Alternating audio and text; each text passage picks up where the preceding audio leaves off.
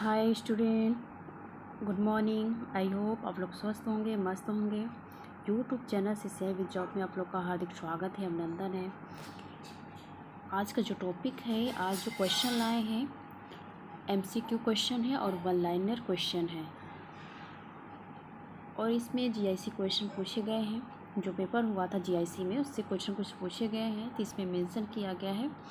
अगर आपने वीडियो को लाइक सब्सक्राइब नहीं किया है तो प्लीज़ वीडियो को लाइक सब्सक्राइब शेयर जरूर कीजिएगा, और इस वीडियो के वीडियो में शुरू से अंत तक जरूर बने रहिएगा।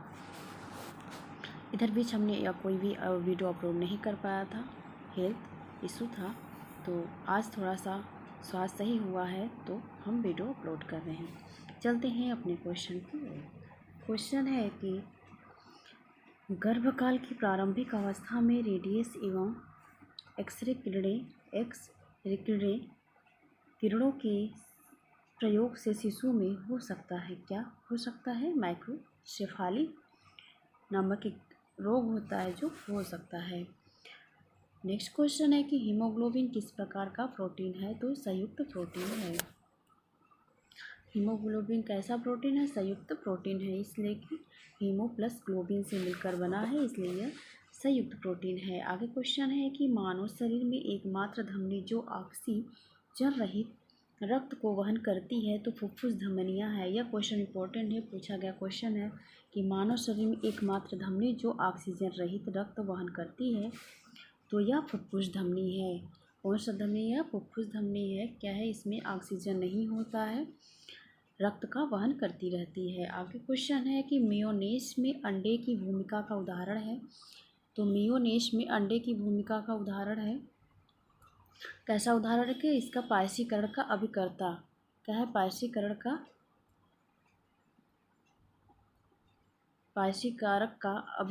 पायसीकारक अभिकर्ता का यह उदाहरण है कि मेयोनेज़ में अंडे की भूमिका का। अगर पूछा जाए क्वेश्चन मेयोनेज़ में अंडे की भूमिका का क्या उदाहरण है, तो पायसीकरण, पायसीकारक लिखा है, तो यहाँ पे होगा इमल्सिफिकेशन होता है, तो यह भूमिका होता है। आगे क्वेश्चन है कि दोहरा नुकीला डॉट क्या है? तो फिश जो डॉट होता है उसे नुकीला और दोहरा डॉट कहा जाता है। आगे क्वेश्चन है कि अप्रक्षेपित दृश्य सामग्री है, तो चार्ट है, पोस्टर और ग्राफ है। नेक्स्ट क्वेश्चन है सबसे अधिक प्रयुक्त होने वाला निर्वहन अभिकारक डिस्चार्ज एजेंट कौन सा है? तो रोंगालाइट है। रोंगालाइट क्या है? सबसे डिस्चार्ज एजेंट है। आगे क्वेश्चन है कि विटामिन ए की कमी से हो जो लक्षण है, आकाश सही क्रम क्या है? तो रतौंधी है, कैरोटीकरण है, कैरोटोमलेशिया है, जीरोथैलेमिया है, और इसकी भी बीमारी है, तो यहाँ पे बस 4 को मेंशन किया गया है। विटामिन ए की जो कमी से लक्षण दिखते हैं, तो रतौंधी है, कैरोटीकरण है, कैरोटोमलेशिया है, जीरोथैलेमिया है। आगे क्वेश्चन की ओर चलते हैं। क्वेश्चन है कि 2 वर्षीय बालक के शब्दकोश में अधिक से अधिक कितने शब्द जुड़े होते हैं? तो 250 शब्द जुड़े होते हैं, 250 शब्द जुड़े होते हैं। आगे क्वेश्चन है कि दुग्ध प्रोटीन किस एक आवश्यक अमीनो अम्ल में क्या है? घनी होती है, तो लाइसिन। आगे क्वेश्चन है कि आवश्यकता से अधिक भोजन ग्रहण करना क्या कहलाता है? तो इसे अति पोषण कहते हैं। हमारा भारत 2 तरह से ग्रसित है, एक अति पोषण, एक अल्प पोषण। तो जो व्यक्ति भोजन जो ग्रहण करता है आवश्यकता से अधिक करता है, तो उसका मोटापा भी बढ़ता है, उससे क्या हो जाता है? अति पोषण हो जाता है। वह भी एक तरह की बीमारी है। जिसे अल्प पोषण है वो भी एक तरह की बीमारी है। अधिक मोटापा बढ़ने से क्या होता है कि अनेक प्रकार की बीमारियां हो जाती हैं, जैसे हार्ट डिजीज़ हो जाता है, और आपका उच्च रक्तचाप बढ़ जाता है, हृदय संबंधी बीमारियां हो जाती हैं, तो अनेक प्रकार की बीमारियां देखने को मिलती हैं।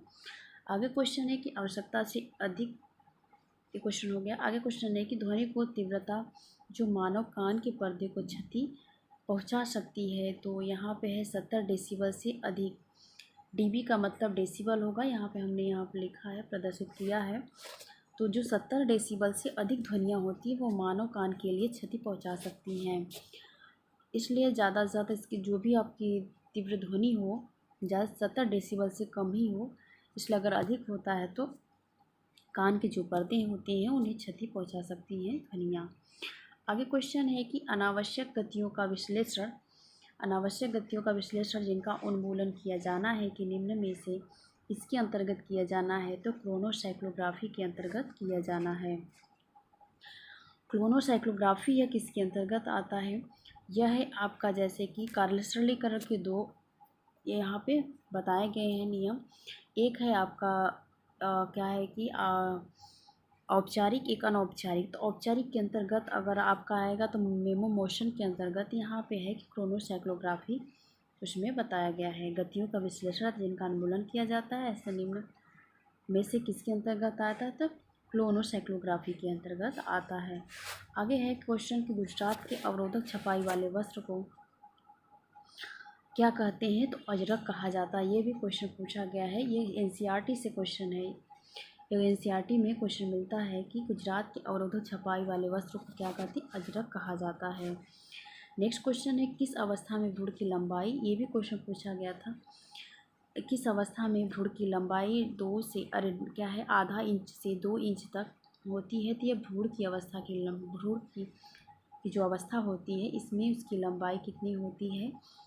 आधा इंच से 2 इंच तक होती है। आगे क्वेश्चन है कि सैद्धांतिक रूप से बर्तन धोने का कार्य रसोई घर के किस केंद्र में किया जाना चाहिए? तो ये भी क्वेश्चन पूछा गया है जीआईसी में, किस केंद्र में होना चाहिए? तो तैयारी के केंद्र में होना चाहिए। बर्तन धोने का जो वहाँ पे व्यवस्थाएं होती हैं वो तैयारी के केंद्र में होना चाहिए। आगे क्वेश्चन है कि ब्यूटाइलेटेड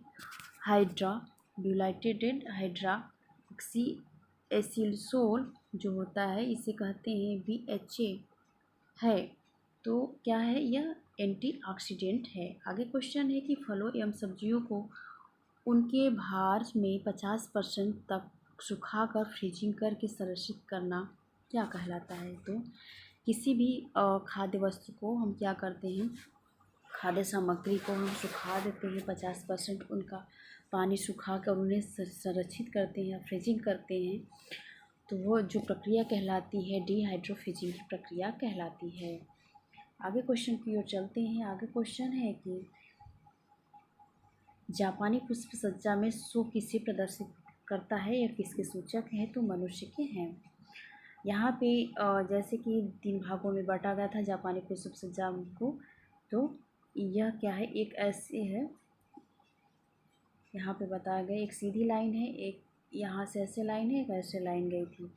तो क्या है? यहाँ पे सीन होगा, ये क्या है? 90 अंश के कोण पे दर्शाता है। सीन है, सो है, यहाँ सो है ये, और यहाँ पे हाई की है।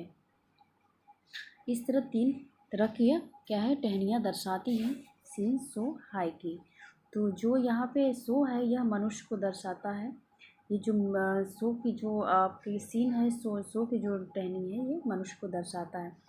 देखिए ऐसे भी समझा जा सकता है कि ऊपर क्या है? हमारा स्वर्ग है, नीचे पृथ्वी है। हाई की मतलब पृथ्वी को दर्शाता है, और बीच में हमारे मनुष्य। अगर हम एक तरह से अपने और अर्थ को लेते हैं तो इसमें भी है, ऊपर जैसे आपका बादल है स्वर्ग के रूप में आकाश में ले लेते हैं, और बीच में हम अपने मनुष्य को रख लेते हैं, और नीचे क्या है? ज़मीन को रख लेते हैं, पृथ्वी को रख लेते हैं।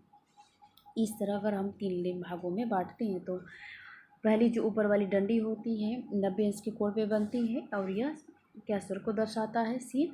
सो हमारा जो है यह मनुष्य को दर्शाता है, और जो हमारा हाइकी है यह पृथ्वी को दर्शाता है। यह सभी प्रकार के कोण बनाते हैं। आगे क्वेश्चन की ओर चलते हैं कि CPC भी दर्शाता है तो किसे? सेंट्रल पॉल्यूशन कंट्रोल बोर्ड को यह दर्शाता है। इसका फुल फॉर्म है CPC। C से सेंट्रल, P से पॉल्यूशन, C से कंट्रोल, और B से बोर्ड। आगे क्वेश्चन है कि ग्रामीणों का बहुआयामी विकास सरकारी सहायता द्वारा ग्रामीणों के प्रयत्नों एवं प्रयास से करना किसका उद्देश्य है? तो सामुदायिक विकास कार्यक्रम का यह उद्देश्य है। आगे क्वेश्चन है कि चलते हैं क्वेश्चन की ओर। क्वेश्चन है कि सामुदायिक विकास प्रसार शिक्षा किसके द्वारा विकसित की गई है? तो लिंगस के द्वारा विकसित की गई है। आगे क्वेश्चन है कि स्वस्थ तन का स्वस्थ मन में गहरा रिश्ता नाता है, यह शारीरिक विकास के किस नियम में बताया गया है? तो यह किस विकास के नियम बताया गया, तो सहसंबंध के नियम में बताया गया है कि स्वस्थ तन का स्वस्थ मन में गहरा निशान आता है। आगे क्वेश्चन है कि कार्य के समय को मापने का एक उदाहरण है, तो समय अनुसूची के द्वारा हम कार्य के समय को मापते हैं। आगे क्वेश्चन है, प्रसार शिक्षा में एक्सटेंशन शब्द का सर्वप्रथम प्रयोग किसने और कब किया था? E.V. बोरहिज ने किया था 1894 ईस्वी में। आगे क्वेश्चन है कि सामान्यतः मीठी सौंफ एवं सुपारी में कौन सी मिलावट की जाती है? ये GIC का क्वेश्चन है, तो शुगर सिरप है। आगे क्वेश्चन है कि जीवित भेड़ से निम्नलिखित किसकी कटाई की जाती है? तो फ्लेश से। ये जो सामान्यतः मीठी सौंफ की सुपारी से है, तो यहाँ पे आयोग ने माना था शुगर सिरप को। यहाँ पे आंसर की में शुगर सिरप का है, ये आंसर टिक हुआ था। ये सामान्यतः जो सौंफ होती है और जो मीठी सुपारी होती है उसमें मिलावट शुगर सिरप का किया जाता है। आगे क्वेश्चन है कि जीवित भेड़ से निम्नलिखित किसकी कटाई की जाती है? तो फ्लेश की कटाई की जाती है। फ्लेश जो ऊन होता है यह जीवित भेड़ से उतारा जाता है। सीपी का आहार दिया जाता है, ये भी क्वेश्चन GIC का है। सीपी का आहार दिया जाता है, तो पेप्टिक अल्सर के उपचार में सीपी का आहार दिया जाता है। उच्च रक्तचाप के लिए उन लोग का आहार अलग होता है। सीपी का आहार जो होता है ये पेप्टिक अल्सर के लिए होता है। आगे क्वेश्चन चलते हैं। आगे क्वेश्चन है यहाँ पे कि बुने हुए वस्त्र का इतिहास अगर क्वेश्चन पूछा जाए कब प्रारंभ हुआ था, तो 1930 ईस्वी में प्रारंभ किया गया था। आगे नेक्स्ट क्वेश्चन है कि प्रथम ऐसा कौन सा बुना हुआ रेशा नहीं है, मतलब बुना हुआ नहीं है रेशा, वो कौन सा रेशा है? तो टापा वस्त्र है। आगे क्वेश्चन है फिग वृक्ष कहाँ पे टर्की में देखने को मिलता है? आगे क्वेश्चन है कि टापा वस्त्र किस तरह की छपाई होती है? तो इसमें ब्लॉक छपाई होती है और इसमें बिना, यह क्या है, बिना बुना हुआ वस्त्र होता है। आगे क्वेश्चन है कि इसकी स्कर्ट की, ये क्वेश्चन है इसका आंसर नहीं है। नेक्स्ट क्वेश्चन है कि यहाँ से क्वेश्चन है कि बिना बुने हुए वस्त्र के प्रतिपादक कौन है? जो यह वस्त्र तैयार किया जाता है तो इनके प्रतिपादक कौन है? तो यूनाइटेड स्टेट में 1950 के मध्य क्रिलोनियन थे। क्या है? क्रिलोनियन थे। आगे क्वेश्चन है कि आग ए रवा का अर्थ है, तो बहता पानी है। ये भी क्वेश्चन आया हुआ है GIC में। आगे क्वेश्चन है कि कच्छ की कढ़ाई के लिए प्रयोग की जाने वाली जो सुई है उसका क्या नाम है? तो अरही सुई है, जो कि हम कच्छ किरण की जो कढ़ाइयों का प्रयोग किया जाता है तो वहाँ पे अरही सुई का प्रयोग करते हैं। आगे क्वेश्चन है कि प्राकृतिक तंतु में सबसे निर्बल रेशा कौन सा है? जैसे कमजोर रेशा कौन सा है? तो ऊन है। आगे क्वेश्चन है कि रंगों का हल्कापन व गहरापन क्या कहलाता है? वैल्यू कहलाता है। नेक्स्ट क्वेश्चन है कि कांथा विशिष्ट वस्त्र है, तो कांथा कहाँ का वस्त्र है? बंगाल का वस्त्र है। आगे क्वेश्चन है कश्मीर किस कढ़ाई के लिए प्रसिद्ध है? तो कसीदा के लिए प्रसिद्ध है। नेक्स्ट क्वेश्चन है सिलाई करते समय उंगली की रक्षा के लिए किस साधन का प्रयोग करते हैं? तो थिम्बल का प्रयोग करते हैं। जब हम क्या करते हैं, कपड़ा बनाते समय, सिलाई करते समय या तुरपन करते समय हम अपने क्या है कि उंगलियों में थिम्बल का प्रयोग करते हैं। वह एक एल्युमिनियम जैसा उसका बना होता है। उसको पहन लेने से क्या होता है, हमारे हाथ उंगलियां जो हैं सुरक्षित रहती हमारी क्या है, उंगलियां सुरक्षित रहती हैं। सुई है जो कि हमारे स्किन पे टच नहीं हो पाता है, तो इसलिए हम थिम्बल का प्रयोग करते हैं। तो आज के लिए इतना ही। आई होप आप लोग को ये क्वेश्चन जरूर पसंद आया होगा, तो प्लीज़ वीडियो को लाइक सब्सक्राइब शेयर जरूर कीजिएगा। आज के लिए इतने ही। Thanks for watching.